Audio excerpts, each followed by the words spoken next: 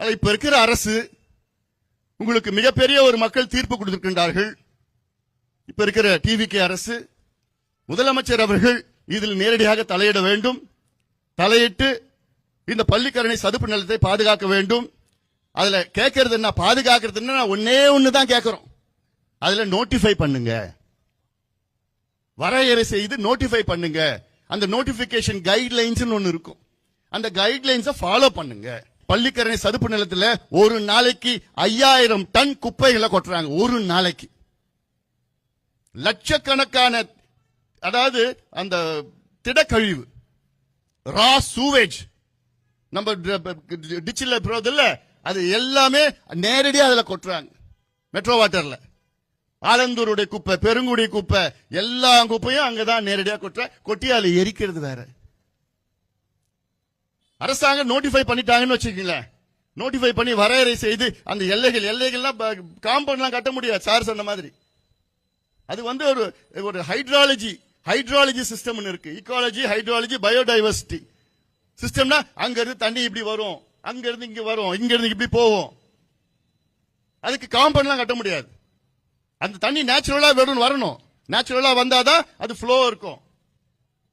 இந்த வடிகால் மட்டும் இல்ல, பள்ளிக்கரணை வடிகால் மட்டும் இல்ல, இது மிகப்பெரிய சென்னைக்கு ஆக்விஃபயர். ஆக்விஃபயர்னா தண்ணியில அடியில இருந்து ஒன்னு கடல் நீர் வந்து உள்ள வராம பாத்துக்கும். பள்ளிக்கரணை மட்டும் இல்லைன்னா ஒட்டுமொத்தம் அந்த தாம்பரம், பல்லாவரம், கோயம்பேட்டை அந்த எல்லா பகுதியிலும் இன்னைக்கு உப்பு நீர் இன்னும் மோசமா இருக்கும். கார்பன் சிங்க் அது எவ்வளவு, இப்ப carbon di oxide, carbon monoxide நம்ம சுவாசிக்க, நம்ம வெளியில விடுறோம்ல, அதெல்லாம் எல்லாமே அது அப்சர்வ் பண்ணும்.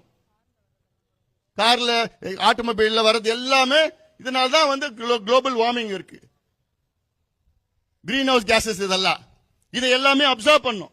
எவ்வளவு பெரிய ஒரு தன்மை உள்ளது, இத பத்தி புரிதல் இல்ல. அதான் எனக்கு பிரச்சனை, அது கஷ்டமா இருக்கு. இளையோர்களே, ஒரு ஆட்சி மாற்றத்தையே நீங்க கொண்டு வந்தீங்க சோசியல் மீடியா மூலமா.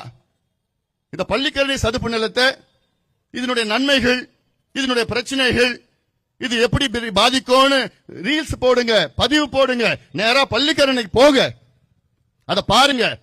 பியூட்டிஃபுல் பேர்ட்ஸ், அந்த பேர்ட்ஸ் படம் எடுத்து போடுங்க. ஃப்ளோரா, ஃபோனா, அது எல்லாம் பண்ணுங்க. குப்பையை எரிக்கிறாங்க, அதை எடுத்துட்டு போடுங்க, ரீல்ஸ போடுங்க. சாக்கடை உள்ள தண்ணி விடுறாங்க, அதை போடுங்க. எவ்வளவு சட்டங்கள் இருக்கு. சமீபத்தில் தான் green bench, south green bench வந்து ஒரு நல்ல வேலை, ஒரு ஜட்ஜ்மெண்ட் ஒண்ணு. என்னன்னா, கவர்மெண்ட் கிட்ட கேட்டாங்க, என்ன பண்றீங்கன்னு கேட்டாங்க. நம்ம ஜெயஸ்ரீ அவங்க தான் வழக்கு போட்டாங்க. அவங்க வந்து அமிகஸ் கியூரி மாதிரி ரிப்போர்ட் வழக்கு போட்டாங்க. அந்த வழக்குல என்ன பண்ணிட்டாங்க, கிரீன் பெஞ்ச் கவர்மெண்ட் கிட்ட ஒப்பீனியன் கேட்டாங்க. கவர்மெண்ட் என்ன சொல்லிட்டாங்க, நாங்க எல்லாம் ரெடி பண்ணிட்டோம் சார். என்ன பண்ணிட்டாங்களா, நாங்க அதை வரையறை செய்யறதுக்கு, நோட்டிஃபை பண்றதுக்கு எல்லாமே இன்ஸ்பெக்ஷன் பண்ணிட்டோம், சர்வே பண்ணிட்டோம், எல்லாம் ரெடி பண்ணிட்டோம் சார். எவ்வளவு நாள்னா 10 வருஷமா.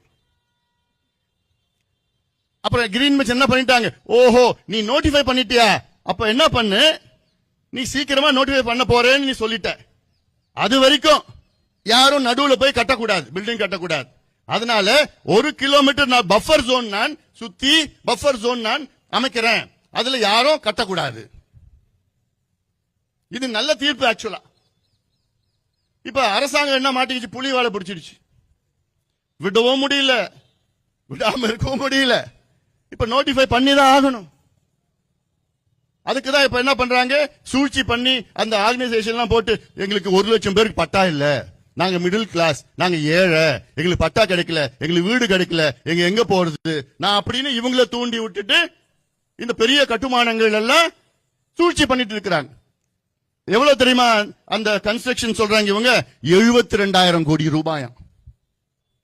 72,000 கோடி ரூபாய்க்கு கட்டுமானங்கள் நின்று போயிச்சான். எதுல, நம்ம பள்ளிக்கரணை சதுப்பு நிலத்துல.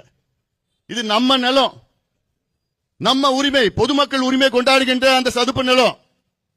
72,000 கோடிக்கு இவங்க கட்ட முடியலையா, அதனால மக்களை தூண்டி விடுறாங்க. அதுக்கு நான் சொன்னேன், அதுக்கும் ஒரு தீர்வு இருக்கு.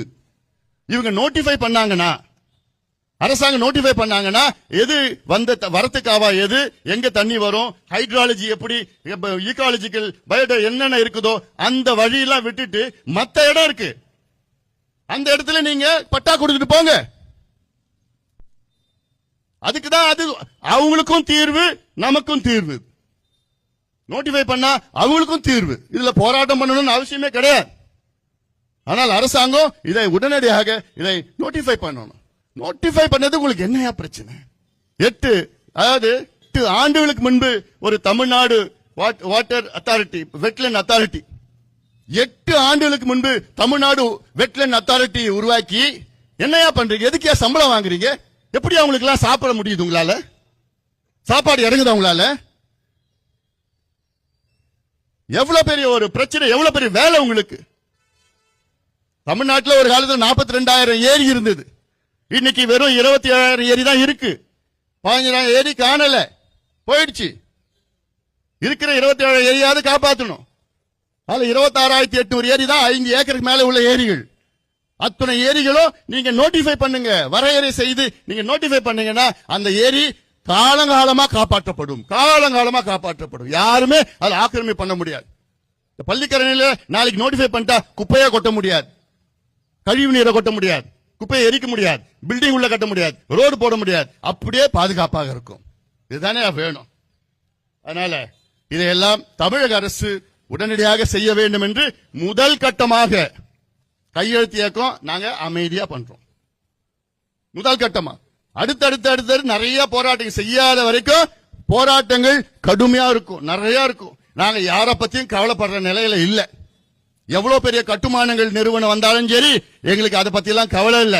எங்களுக்கு எங்க பள்ளிக்கரணை சதுப்பு நிலத்தை காப்பாற்றணும், பாதுகாக்கணும், காலங்காலமா காப்பாற்றுவது இது எங்களுடைய கடமையா நாங்க பாக்குறோம். இது தொடர்ந்து எவ்வேறு வழியினாலும் நாங்க அரசியல் ரீதியா, சட்ட ரீதியா என்னென்ன விதமான அந்த பள்ளிக்கரணை சதுப்பு நிலத்தை பாதுகாக்கணுமோ அத்தனையும் நாங்கள் செய்வோம். இயற்கை சூழல் பாதுகாப்பு. இந்த பசங்க எதுக்கு வந்திருக்காங்க? இந்த பொண்ணு எதுக்கு வந்திருக்கு? குழந்தை நாளைக்கு எங்களுக்கு பிரச்சனை இருக்க கூடாது. வளைஞ்சிச்சுன்னா நாளைக்கு எங்களுக்கு பிரச்சனை இல்லாத சென்னை வேணும். குழந்தை வந்திருக்காங்க. இதுதான் இவங்களுக்காக தான். இன்னைக்கு நம்ம அவங்களுக்காக குரல் கொடுத்தா நாளைக்கு அவர்கள் பாதுகாப்பாக வாழ்வார்கள், நீர் பிரச்சனை இல்லாம வாழ்வார்கள். இதுதான் நமக்கு இன்னைக்கு அவசியமானது. அதற்கு நீங்கள் எல்லோரும் ஒத்துழைப்பு தாருங்கள். பொதுமக்கள் அத்தனை பேரும் ஒத்துழைப்பு தாருங்கள். நீங்க எல்லாமே கையெழுத்து இயக்கம், கையெழுத்து போடுங்க. இந்த கையெழுத்து நீங்க போட்டதெல்லாம் முதலமைச்சர் அவர்களுக்கும் துறை சம்பந்தமான அமைச்சர்கள் அதிகாரிகளுக்கு எடுத்துட்டு போவோம். அடுத்தது இப்ப இங்க தீநகரில் நம்ம பிரச்சாரம் பண்ணிருக்கிறோம். அடுத்து பள்ளிக்கரணையில பிரச்சாரம் பண்ணும்.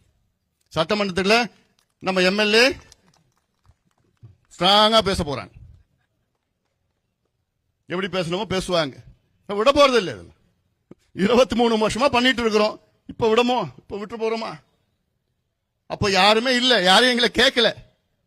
இந்த அதிகாரம் எல்லாம் யாரும் இல்ல, இந்த அத்தாரிட்டி எல்லாம் யாரும் அப்ப அமைக்கல. அப்பவே நாங்க கேட்டு இருக்கிறோம். 2003 5000 இளைஞர் வச்சு பள்ளிக்கரணை காப்பாற்றணும். போன வருஷம் 2000 கோடி ரூபாய்க்கு ஒரு அடுக்குமாடி குடியிருப்புக்கு அனுமதி கொடுத்தாங்க. பாத்தீங்களா? பிரிகேட் கம்பெனின்னு. பிரிகேட் எல்லாம் அது உள்ள எல்லாம் பள்ளிக்கரணை சவுத்தமிழ் உள்ள 2000 கோடிக்கு அடுக்குமாடி. நாங்கெல்லாம் சட்டம் போட்டோம், கேஸ் போட்டது எல்லாம் போட்டு இப்ப கோர்ட்ல ரத்து பண்ணிருக்காங்க. யார் அனுமதி கொடுத்தா? சிஎம்டிஏ. சிஎம்டிஏ தலைவர் யார்? அப்போ விஞ்ஞானி. சுற்றுச்சூழல் மட்டும் இல்லப்பா, நீரியல், சுற்றுச்சூழல், கட்டுமானம், நகர்ப்புற கட்டுமானம், அத்துணை விஞ்ஞானி சேகர் பாபு.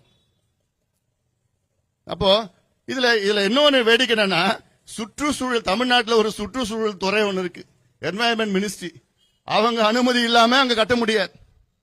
தலையெழுத்து. அவங்களும் அனுமதி கொடுத்திருக்காங்க. அப்போ நீ பண்ணுவ? நீ கோயிலுக்கு போனா.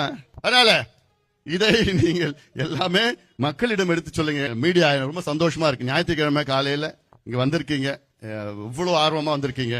ஏன்னா உங்கள் வழிதான் இந்த நம்முடைய இயற்கை வளங்களை நாம் பாதுகாக்க முடியும். அதனால இந்த விஷயம் உங்களிட நான் மன்றாடி கேட்டுக்கொள்கின்றேன், ஊடகத்திலே நான் மன்றாடி கேட்டுக்கொள்கின்றேன், நாம் எல்லோரும் சேர்ந்து நம்முடைய இயற்கை வளங்களை பாதுகாப்போம், பாதுகாப்போம், பாதுகாப்போம். இந்த பள்ளிக்கரணை சதுப்பு நிலத்தை நாம் பாதுகாப்போம். சென்னையின் உயிர் நாடி பள்ளிக்கரணை சதுப்பு நிலத்தை நாம் எல்லோரும் சேர்ந்து பாதுகாப்போம். இயற்கை வளம் இல்ல, இயற்கை மூலதனம். இன்வெஸ்ட்மெண்ட், இது natural investment. Investment for the future. இந்த பிள்ளைங்களுக்கெல்லாம் இன்வெஸ்ட்மெண்ட் இது, இவங்களுக்கெல்லாம் இன்வெஸ்ட்மெண்ட் இது. அதனால இதை நாம் எப்படி பண்ணாலும் இதை நாம் பாதுகாத்து ஆக வேண்டும் என்ற நோக்கத்திலே இந்த நிகழ்ச்சியை மிக வெற்றிகரமாக நடத்தி கொண்டிருக்கின்றார்கள். இங்கே வருகை தந்திருக்கின்ற அத்துணை பேருக்கும், மேடையில் இருக்கின்ற அத்துணை நண்பர்களுக்கும் என்னுடைய நன்றியை இந்த நேரத்தில் தெரிவித்து நன்றியோடு விடைபெறுகின்றேன்.